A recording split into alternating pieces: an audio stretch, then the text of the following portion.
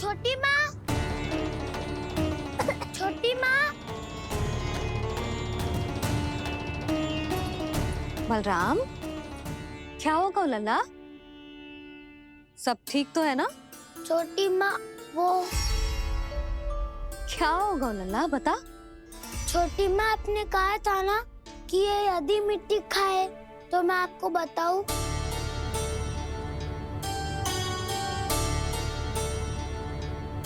कान्हा, जे मैं क्या सुन रही हूँ?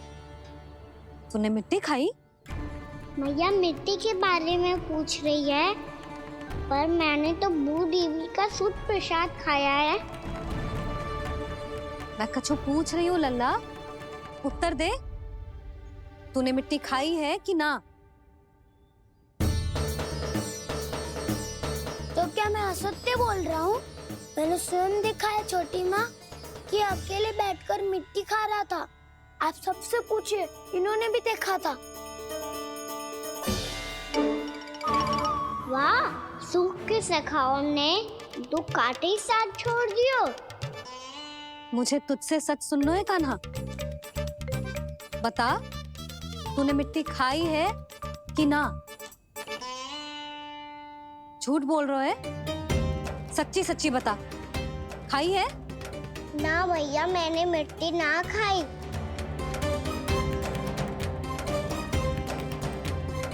इधर आ। तो फिर मुंह खोल के दिखा दे अपनी मैया को। क्यों? अब क्या होगा? तूने मिट्टी तो ना खाई, तो दिखा दे कि जैसा बस सत्य बोल रहे हैं। कान्हा, मुंह खोल।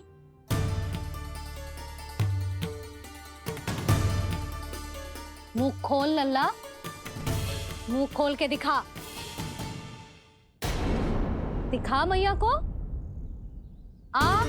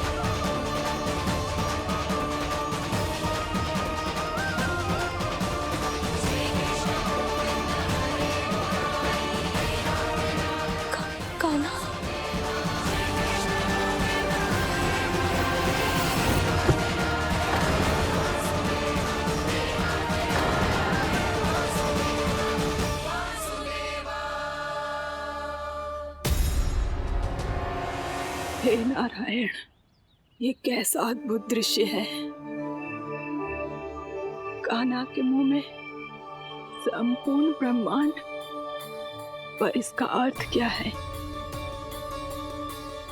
नारायण की इच्छा क्या है? क्यों दिखाया उन्होंने मुझे ये सब? क्या बताना चाहते हैं मुझे वो ये सब? कुछ ना कुछ कारण तो अवश्य है।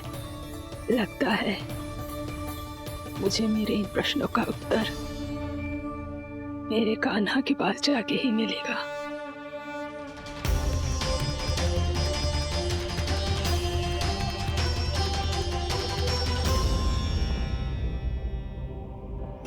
कितना भी सतर्क हो जाऊं, कोई ना कोई भूल हो ही जाती है। पिछली बार तो बाबा ने संभाल लिया था, अब मैया क्या करेगी? छोटी माँ, कान्हा क्या हो गया इधर?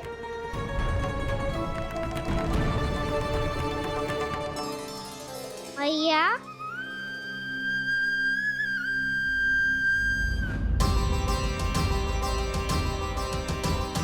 उठ जाओ ना मैया।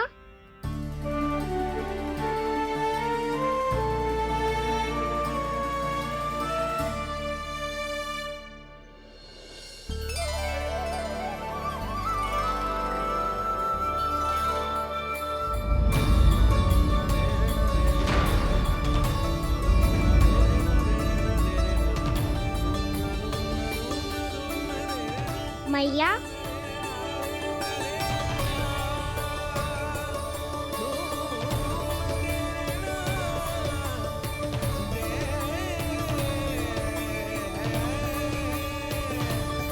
कान्हा, कान्हा, लल्ला, मैया क्या होगा आपको? आप ठीक तो हो? कान्हा मुंह खोल के दिखा, दिखा मैया को।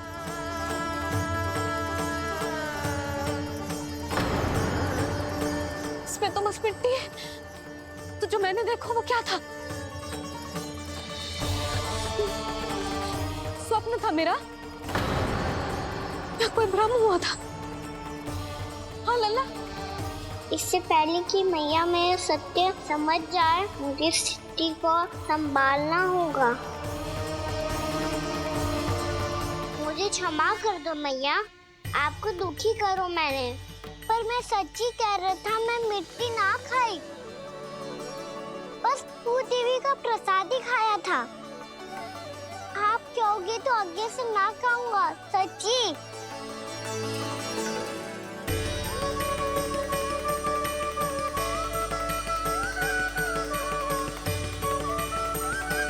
बस बस लल्ला, बस। इसमें विशेष शक्ति ना हो सकती। ये तो इतना भोला है कि मिट्टी को भूदेवी का प्रसाद समझ के खागा। मुझे क्षमा कर दो मैया। ये दूसरी बार हुआ है मेरे साथ। क्या मैं बावली हो गई हूँ? ना ना, मैं तो पूरी तरह ठीक हूँ। फिर क्या कारण हो सकता है इसका? अरे प्रसाद का समय हो गया है और मैंने अभी तक कुछ बनाओ भी ना है। आज फिर से गुड़ ही चढ़ाना पड़ेगा। मैं आए दिन भोग में गुड़ चढ़ा रही हूँ, अवश्य इसीलिए मिट्टी को गुड़ का प्रसाद समझकर खा गो मेरा कान्हा।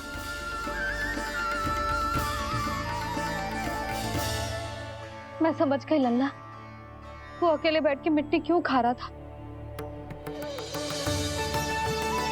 चल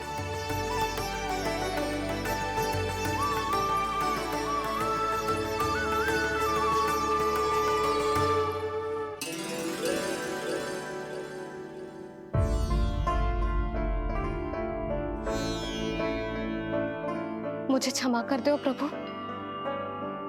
अपनी ममता में लल्ला की आवश्यकता को सबसे अधिक महत्व दे रही थी मैं। इसी कारण से आपकी भक्ति में भूल चूक हो गई। पर आप तो साक्षी हो, मेरे मन के भीतर आपकी श्रद्धा और भक्ति में कुछ कमी ना है। पर हाँ, कर्म कांड और विधि विधान में ऊंच नीच है तो अनुचित ही। पर आज जो मैंने देखो है ना, उसने मुझे मेरी भूल का आभास करा दिया है नारायण। मैया, चुपचाप हाथ जोड़ करके पूजा कर। सर क्या देख रहे हैं ना? ताकि नारायण तुझे सद्बुद्धि दे। इस सृष्टि में जो भी होता है ना लल्ला, सब इन्हीं की इच्छा से होता है। और हम बार बार अपनी अज्ञानता के कारण इनके विधान पर प्रश्न उठाने लगते हैं। हम ये भी ना सोचते कि प्रभु की लीला पर संदेह करने का अधिकार ना है हमें। समस्या चाहे कितनी भी बड़ी क्यों ना हो, सही समय पर नारायण सही मार्ग दिखा ही देते हैं, जैसे आज उन्होंने मुझे दिखाओ है। आज आपने मेरी आंखें खोल दी नारायण। पति, संतान, परिवार सब महत्वपूर्ण होते हैं, पर आपकी भक्ति भी उतनी महत्वपूर्ण होती है।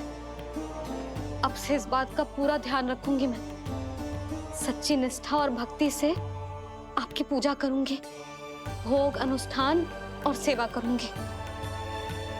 वैसे नारायण, सच्ची बात तो ये है कि सब इसी के कारण हो रहा है।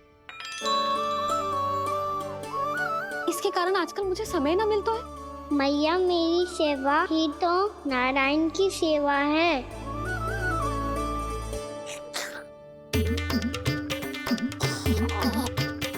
मुस्कुरा क्यों रहे रे? हाथ जोड़ प्रार्थना कर कि नारायण तुझे भी सही समय पर सही मार्ग दिखाएं, ताकि तुझे मिट्टी वाली भूल दोबारा ना दोहराए। हाथ जोड़। आपको मुझे भी सही मार्ग दिखाना होगा प्रभु। एक और मेरी प्रजा है तो दूसरी ओर मेरा लल्ला। मैं किसका हित साधूं? किसी एक का त्याग कैसे कर दूं मैं?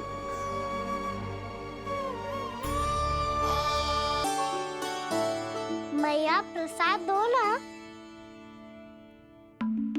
क्यों? मिट्टी ना खानी? नहीं। लल्ला, आज के बाद मिट्टी को गुड़ समझने की भूल मती करियो। समझ आई?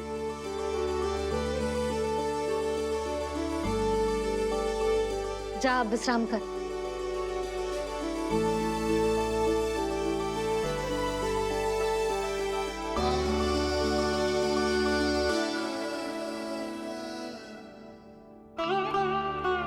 आप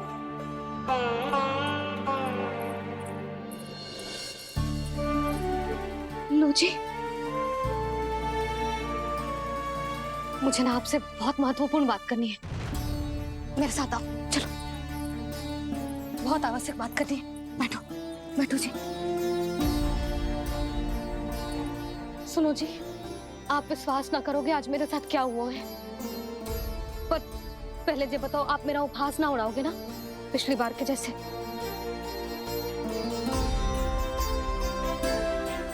मैंने ना कान्हा के मुंह में फिर से ब्रह्मांड देखो है। आप ऐसे क्या देख रहे हो? सच्ची में देखो है। और इतना ही ना, मैंने तो ये भी देखो कि श्री नारायण गोकुल में हर स्थान पे है। जहां देखो वही नारायण। ये तो इसी बात का संकेत है यशोदा के आज गोकुल वासियों को नारायण के आशीर्वाद और सहायता की आवश्यकता है। इसका क्या अर्थ है? और आप इतनी चिंता में क्यों लग रहे हो? उस व्यापारी ने हमारे गोकुल वासियों के साथ छल किया है यशोदा। जानबूझकर उसने सभी को लोभ के जाल में फंसायो,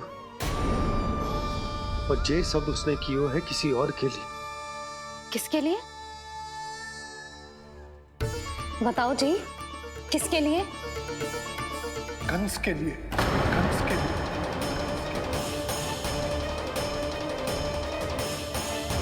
उसे कंस नहीं भेजा था। क्या देख रहे हो?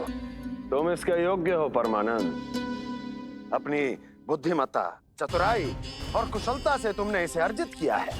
महाराज की जय हो। महारानी प्राप्ति महारानी अस्ति। हमें तो लगता है कि परमानंद को हमारे मंत्रिमंडल में होना चाहिए। महाराज, परमानंद, जिस प्रकार तुमने गोकुल वासियों को अपनी चतुराई के चक्रव्यूह में फंसा दिया है, अद्भुत था वो, अद्भुत। आप बस आज्ञा दीजिए महाराज, ये सेवक पालन करेगा। आज गोकुल आपके चरणों के नीचे आ गया है। कुछ ही समय में पूरा संसार आपके पैरों तले होगा।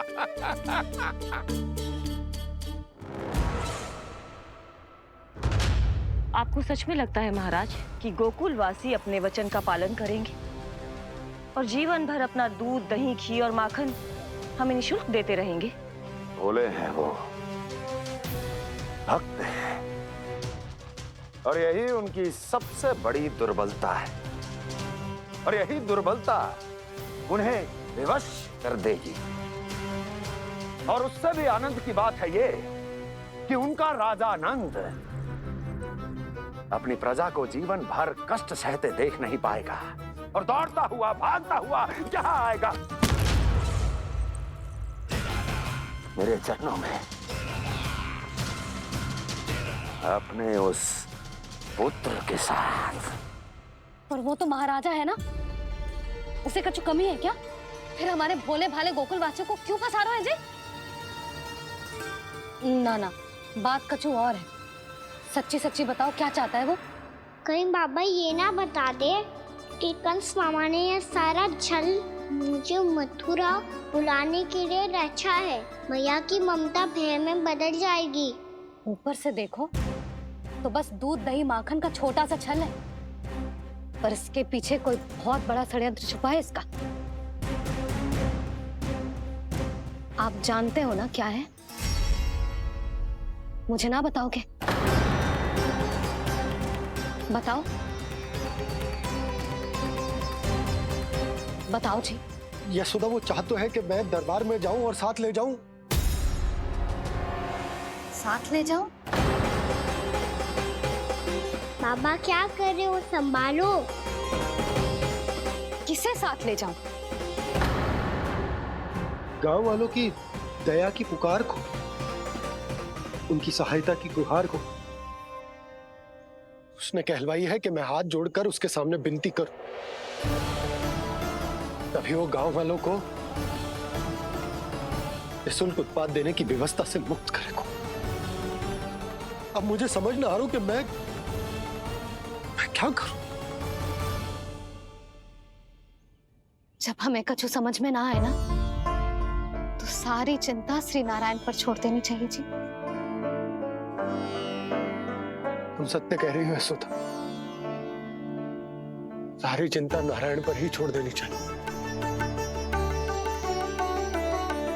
अब वही मार्ग दिखाएंगे। जिस सारी गोपियों पर तो बड़ा संकट आ गया जी। अब तो इनका मन भी करेगा तो हिचक के बारे मेरे पास ना आएंगी।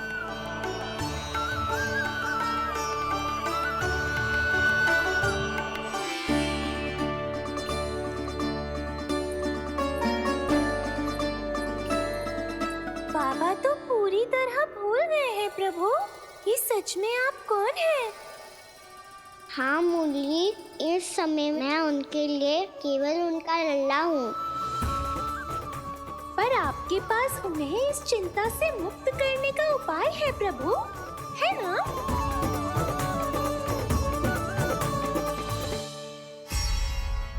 मेरी प्रजा और मेरा लल्ला दोनों ही गहरे संकट से घिर गए। आपको मेरी सहायता करनी होगी।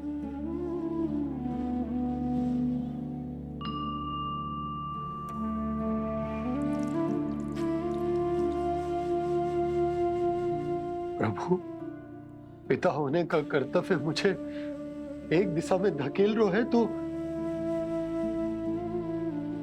राजा होने का उत्तरदायित्व वो मुझे दूसरी दिशा में खींच रहा। इस भीषण संकट में मैं क्या करूं? मैं इस संकट में अपनी प्रजा का साथ भी ना छोड़ सकता हूं और ना ही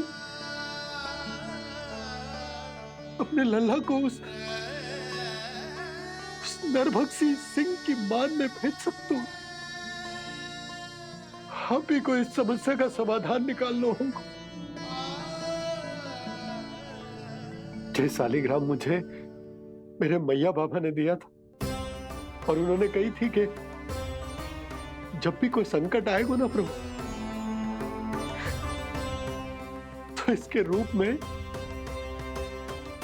आप मेरा हाथ पकड़ लोगे और मुझे बताओगे कि क्या करना है, कैसे करना है।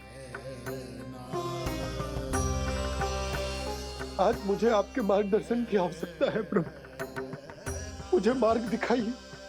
बाबा और राजा होने की इस दुविधा में मैं बटा जा रहा हूं। मेरे इस धर्म की नौका जो झंझावात में फंस गई है,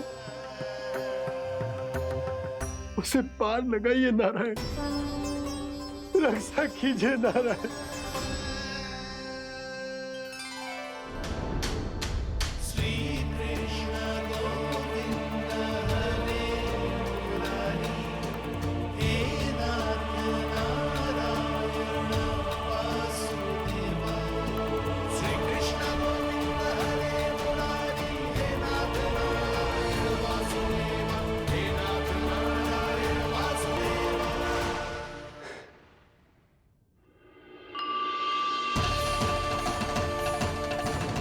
शालिग्राम यहीं तो रखा था मैंने। कहाँ गिर गया? कहाँ चला गया? मैंने तो यहीं रखो तो।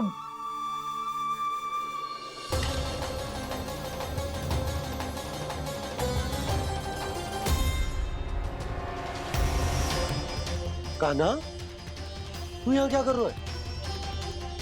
शालिग्राम देखो तूने?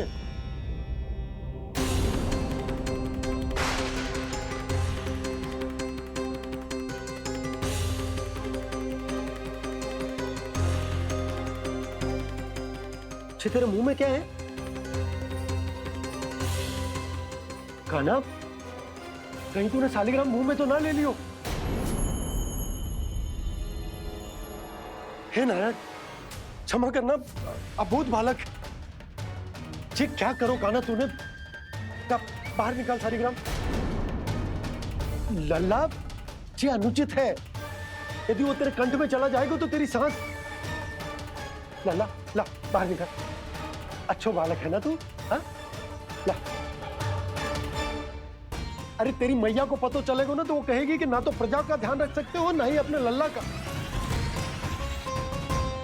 लोभ के फंदे में चारों ओर से जकड़ गए थे हम। भविष्य के स्वप्न देखते देखते अपने जीवन का सबसे बड़ा भूल किया है हमने। यशोदा और नंद भैया ने आप सबको समझाने का कितना प्रयास किया था,